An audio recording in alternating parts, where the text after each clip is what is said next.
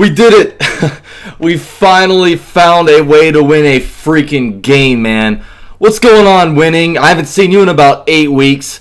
The Jaguars, man, they finally snapped this horrible 7-game losing streak by a score of what else but Jaguars 6, Colts 0. The final score of this game was 6-0, guys, and we did pull out the victory. It was the first time in Jaguars history we've ever won by a score of 6-0, and only the third time in the last 25 years has a team ended with a game ending in the score of 6-0. So the Jaguars got their win, and I know a lot of people at this point in the season, man, going into this game, if we were to win out, the best we would finish is 8-8. So it's probably not going to be good enough to get you into the playoffs. And it's probably, when you look at everything, the fact that we need a quarterback, it's probably better that we lose. But I still enjoy these wins, especially when it's against a division opponent. We took down the Colts, which marks our first AFC South victory this season. We are currently 1-3 against the AFC South. We got beat by the Colts last time we played in a much different game, as the Colts were basically scoring every single time they touched the ball. I think at halftime the score was like 28-21, and it was finally good to get a victory. And this is the second shutout we've had against the Colts in the last 4 games. So good stuff against the Colts, man. We have been playing very well against the Colts as opposed to other teams in the AFC South. I'm looking at you, Titans. See you guys Thursday. But yeah, the Jaguars do win this game, and really I thought the big difference maker in this game was on 4th down, our defense on 4th down. The Colts were 0-3 on 4th down conversions. And I will say this, if I am a Colts fan, I would be furious at the play calling of the Indianapolis Colts on those 4th and 1s, because you got a team who's one of the top offensive lines in the NFL. I know they're a little dinged up, but they still got to feel good about the players that they still have. They have good players in their playing, but instead of just saying, okay, 4th and 1, we're going to power your defensive line, our offensive line, your defensive line. Let's bang a run up the middle and see if we can push you guys. Instead, they get all cute on the first 4th down conversion, which ironically came after they made a field goal, but there was a roughing the snapper call, which basically gave them a first down. First and goal at the 5-yard line. They take it on a 4th and goal at the 1. They decide to do a little shovel pass.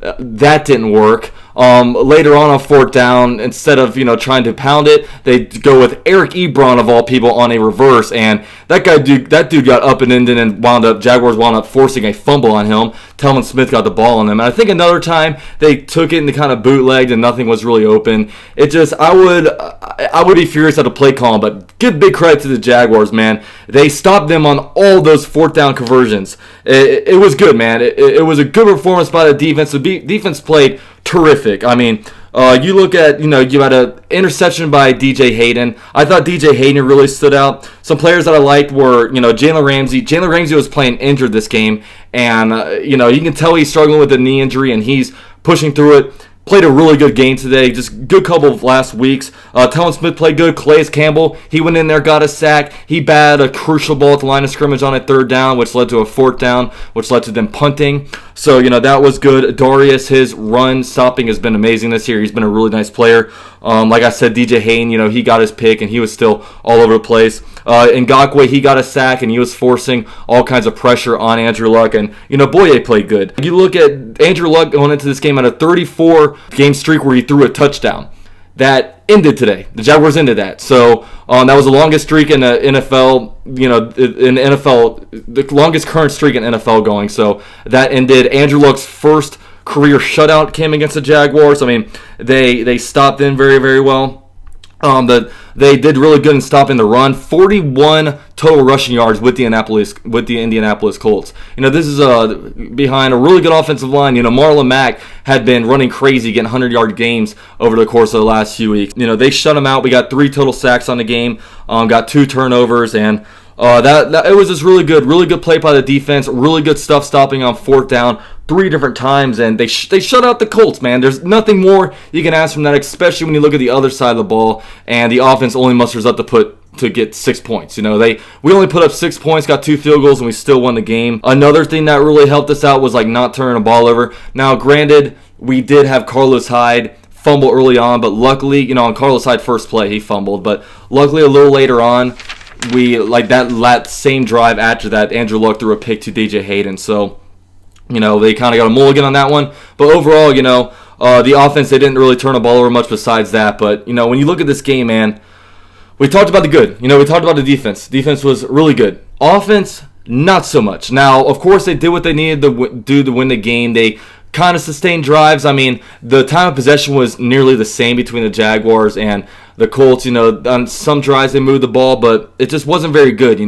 They only got 212 total yards on offense, and if you get that every game, you should probably only expect to score about 6 points. Hyde and Yeldon combined for 52 yards on 21 carries. It's not good. Leonard Fournette had over 100 yards in the first half of last game, but obviously he was suspended this game. We'll get him back next game, but just shows how important Leonard Fournette is to this offense. This was the first time since we played the Colts in week 3 of 2014 at home, ironically enough, that a quarterback not named Blake Bortles started for the Jaguars, and Cody Kessler came out there. He got the win. Now his stats, 18 for 24. He had it's a 75% completion percentage, so high completion percentage, 150 yards. Most importantly, 0 fumbles and 0 interceptions. That was pretty good. He also picked up 28 rushing yards. So Kessler, you can kind of tell. Some things he does better than Bortles. He's a lot more accurate. Obviously, like he can hit the shorter passes. He's probably he might be a little bit smarter on the field, but you do notice some differences with his lack of arm strength. He can't really push the ball down the field very well. Most of our passes were basically checkdowns to the running backs, out routes, slant routes, design screens to running backs.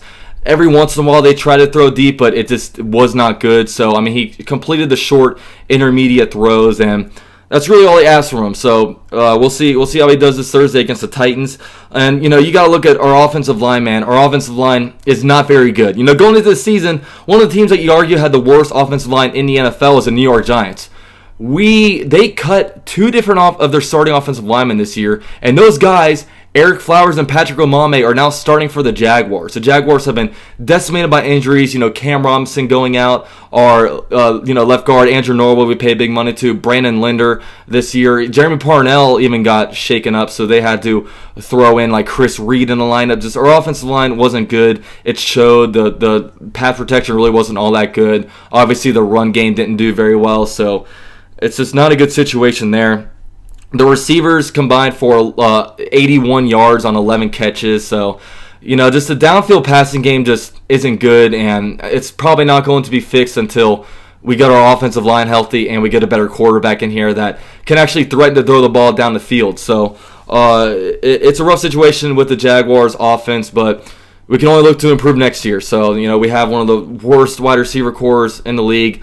Offensive line not good. Quarterback situation just boring, but we have 4 games left, man. We're going to be riding with Kessler. We're going to be riding with Leonard Fournette. He makes a big difference in our offense when he's in there, so that's definitely a bright spot going forward, but we got some work to do on the offensive side of the ball this offseason. So, another thing I want to touch on, Barry Church got benched this game in favor of Ronnie Harrison. Ronnie Harrison, really good game. He got, a sack. He got, he was back there. He would have gone, I think he actually, I forget. He got a sack, I believe. Then he got something else, but I forget. It got called back. There was a holding on a play, so he got it. I think it was a sack, but I could be wrong.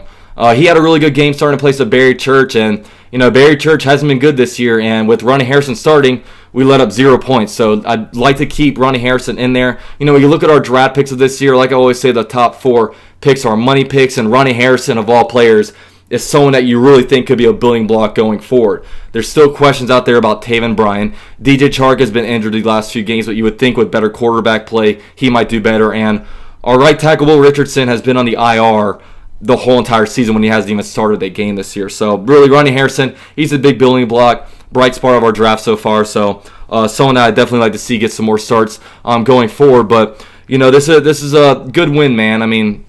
Anytime you beat a division rival, it's good. Jaguars pull out with a 6-0 victory. And we got a Thursday night game coming up, guys.